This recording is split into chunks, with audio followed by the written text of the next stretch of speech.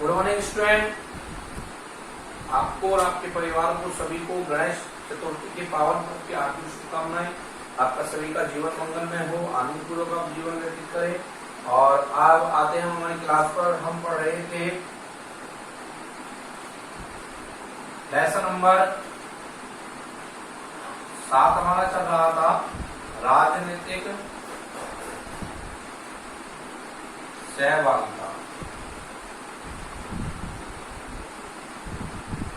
और राजनीतिक सहभागिता क्या होती है इसके बारे में आपको बताया गया था। राजनीतिक सहभागिता का अर्थ आपको बताया गया था कि राजनीतिक क्षेत्र में अपनी ओर से राजनीतिक क्षेत्र में नागरिकों के द्वारा किसी भी प्रकार का जो सहयोग प्रदान किया जाता है उसको राजनीतिक सहभागिता कहा जाता है। देखिए, वो राजनीतिक सहभागिता एक मतदान से लेकर चुनाव लड़ने तक की प्रक्रिया हो सकती है।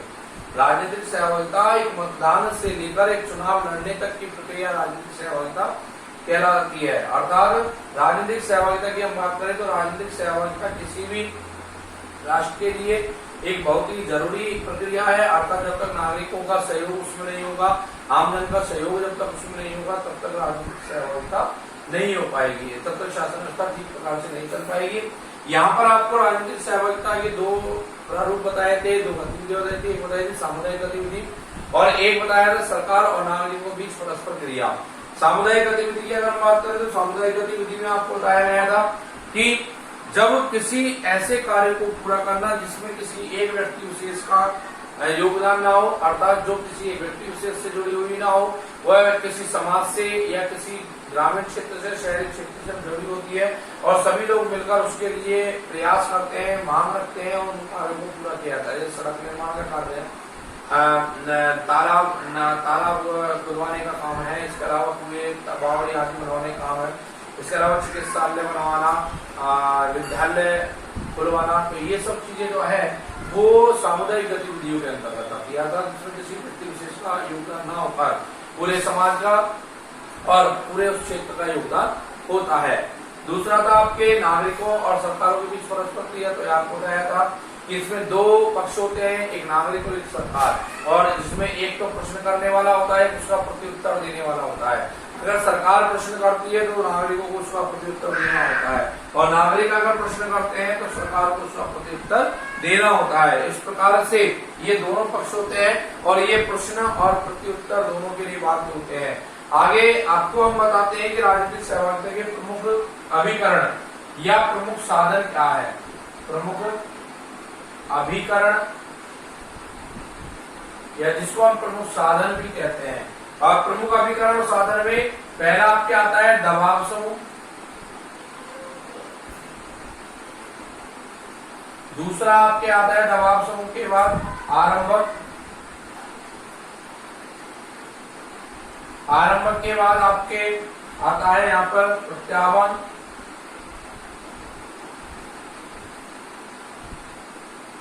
प्रत्याह्वान के बाद आता है आपके चौथा जन सुनवाई,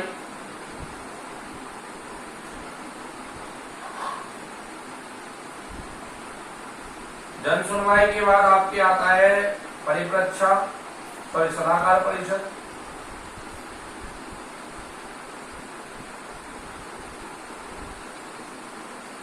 सलाहकार परिषद के बाद आपके आता है परिप्रेक्षा,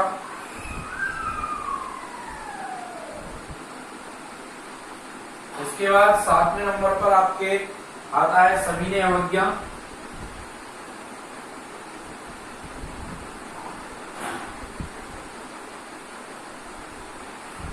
और इसके बाद आपके आता है 8वें नंबर पर राजनीतिक प्रतिहिंसा।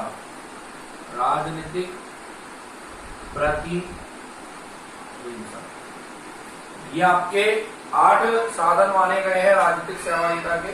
इसमें पहला है आपके दबाव समूह। दबाव समूह क्या है?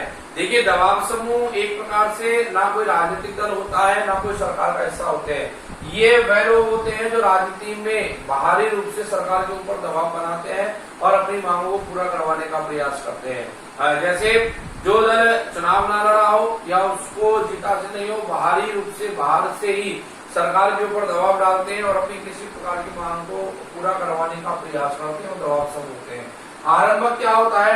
आरंभक होता है प्रस्ताव तैयार करना, यानी किसी प्रकार की समस्या को लेकर कुछ विशेष लोग एक प्रस्ताव तैयार करते हैं और वो मंत्रिमंडल तक, यानी प्रतिनिधि लोग जो लोग हैं वो मंत्रिमंडल तक उस प्रस्ताव को पहुंचाते हैं और इस प्रकार से विधानमंडल या मंत्रिमंडल उन पर विचार करती है।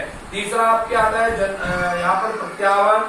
प्रत्याह्वान क्या है? प्रत्याह्वान का मतलब है कि अपने जनप्रतिनिधि को वापस बुलाना, यानी प्रत्यक्ष लोकतंत्र के अंतर्गत क्या होता है कि सरकार के जो प्रतिनिधि है वो भी जनता ने चुने, लेकिन अगर वे अपने कार्य को नहीं कर पाए, जनता के इच्छाओं को के लिए कार्य नहीं कर रहे हैं, जिन्हें वादों को उन्होंने चुनाव के समय किया था और वो पूरा नहीं कर पा रहे हैं, तो जो आम जन है वो अपने प्रतिनिधि को वापस भी बुला सकती है और ये स्विट्जरलैंड में होता है। अगर प्रत्यक्ष लोकतंत्र की बात करें तो प्रत्यक्ष लोकतंत्र में सबसे अग्रणी राष्ट्र है स्विट्जरलैंड। वहां पर जो प्रतिनिधि चुने जाते हैं, प्रतिनिधि भेजे जाते हैं, वो स्वयं जनता के द्वारा भेजे जाते हैं और आवश्यकता पड़ने पर उनको वापस भी बुला लिया जाता है। इसके अलावा बात करें जन सुनवाई।